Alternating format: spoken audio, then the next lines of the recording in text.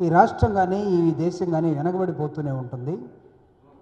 Since English is the linking language to the world, ప్రపంచాన్ని connect చేయగలిగినటువంటి language English. కాబట్టి చాలామంది రూరల్లో ఉన్నటువంటి విద్యార్థులు వాళ్ళ తల్లిదండ్రులు ఆశపడుతూ ఉన్నారు, బాధపడుతూ ఉన్నారు. ఏదన్నా పోటీ పరీక్షలు రాయాలంటే తెలుగు మీడియంలో చదువుకున్నాం, అంతా ఇంగ్లీష్ అయిపోయింది, ఇంగ్లీష్ అసలు అర్థం కావట్లేదు, ఇంటర్మీడియట్ దాటితే తప్ప డిగ్రీకి వస్తే తప్ప ఇంగ్లీష్ మీడియం మళ్ళీ ఏబీసీడీలు నేర్చుకోవాలని దశలోకి వెళ్తూ ఉన్నాం.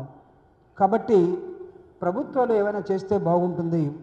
మొట్టమొదటి నుంచి మేము కూడా మా తల్లిదండ్రులు కూడా పేదవాళ్ళు కాకుండా కొద్దిగా ఉన్నవాళ్ళు అయితే నారాయణ లాంటి స్కూలుకో చైతన్య స్కూలుకో ఇంగ్లీష్ మీడియం పంపించేవాళ్ళు, యూనిఫామ్ వేసుకునేవాళ్ళం. కాబట్టి ఇది మాకు ఒక శాపంగా మారిందని భావిస్తున్న నేపథ్యంలో ప్రజల తరపున ప్రభుత్వంగా ప్రజల మొత్తానికి ఒక తండ్రిగా భావించి ఆనాడు జగన్మోహన్ రెడ్డి గారు GO number 85 in education department English medium అనేదాన్ని ఎలిమెంటరీ స్కూల్ నుంచే ఇంట్రడ్యూస్ చేయడం జరిగింది. ఇంగ్లీష్ మీడియంతో పాటు తెలుగు మీడియం చదువుకునే వాళ్ళు కూడా తెలుగు మీడియాన్ని దాన్ని ఆప్షన్ తీసుకోవచ్చు. ఆయన ఎక్కడ తెలుగును వద్దనలేదు, కానీ ఇంగ్లీష్ దాన్ని నేర్పించాల్సిన అవసరం ఉంది. కరికులాలు మారిపోతూ ఉన్నాయి, విద్యా విధానాలు మారిపోతూ ఉన్నాయి. చైనా అలాంటి దేశాలే ఇంగ్లీష్ నేర్చుకొని ప్రపంచ వ్యాపారంలోకి వచ్చేసాయి, అద్భుతంగా ప్రపంచాన్ని ఏలుతూ ఉన్నాయి.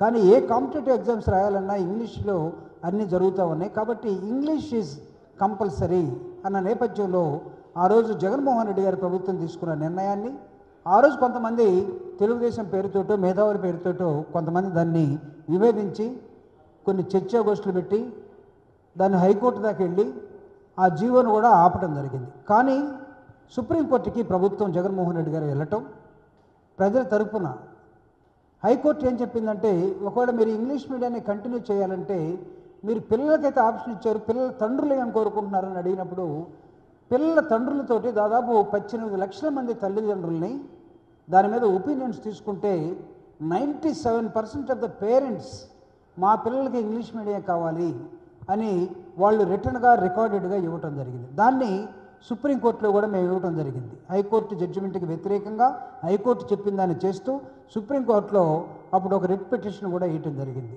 నిన్న అన్ఫార్చునేట్గా నిన్నగాక మొన్న విజయవాడలో కొంతమంది మేధావుల పేరుతోటి, కొంతమంది రాజకీయ నాయకుల పేరుతోటి, కొంతమంది జడ్జిల పేరుతోటి, కొంతమంది మాజీ చీఫ్ జస్టిస్ల పేరుతోటి వీళ్ళందరూ కలిసి ఏం అడుగుతున్నారంటే, ఇంగ్లీష్ మీడియం ఎలిమెంటరీ స్కూల్లో ఉండటానికి వీల్లేదు, గ్రామాల్లో ఉండటానికి వీల్లేదు.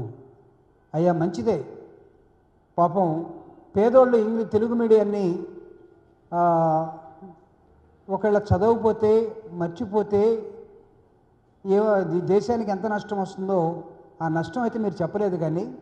కానీ 97% of the parents from the rural background వాళ్ళ పిల్లలు కూడా ఇంగ్లీష్ మీడియంలో చదవాలని కోరుకుంటున్న దానికి మీరేం చెప్తారు? నేను అడుగుతున్న ఎన్వి రమణ గారిని, retired honourable chief justice of India, ఆయన నిన్న మాట్లాడాడు 85 జీవోను వెంటనే కొట్టేయాలని. నేను అడుగుతూ ఉన్నా, మీ పిల్లలు ఎక్కడ చదువుకున్నారు? మీరు నారాయణ స్కూల్ని, చైతన్య స్కూల్ని, ఇంగ్లీష్ మీడియాన్ని ఎప్పుడైనా దీన్ని మొత్తం బద్దలు కొట్టి దానిలో తెలుగు మీడియం పెట్టమని ఏ రోజైనా కోరారా?